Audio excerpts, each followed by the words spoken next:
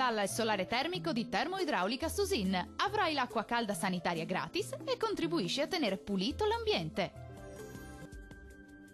Con l'arrivo del mese di settembre giunge anche il ciclone Poppea, che porterà tempo fortemente instabile sulle nostre regioni.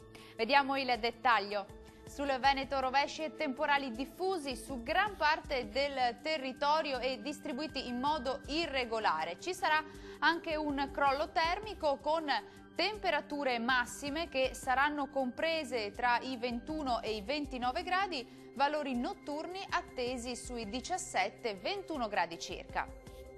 Andiamo ora a vedere la situazione del Friuli Venezia Giulia. Anche qui rovesci e temporali diffusi, localmente anche forti, specie sui settori montuosi.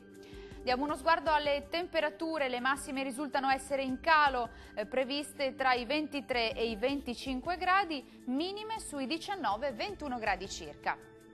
E concludiamo con uno sguardo alla situazione del Trentino Alto Adige. Maltempo diffuso anche qui, con rovesci e temporali possibili su tutto il territorio e possibili anche locali grandinate.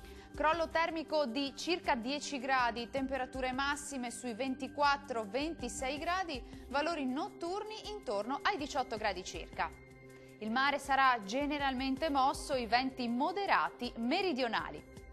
Dal meteo di Antenna 3 per ora è tutto. Arrivederci al prossimo aggiornamento.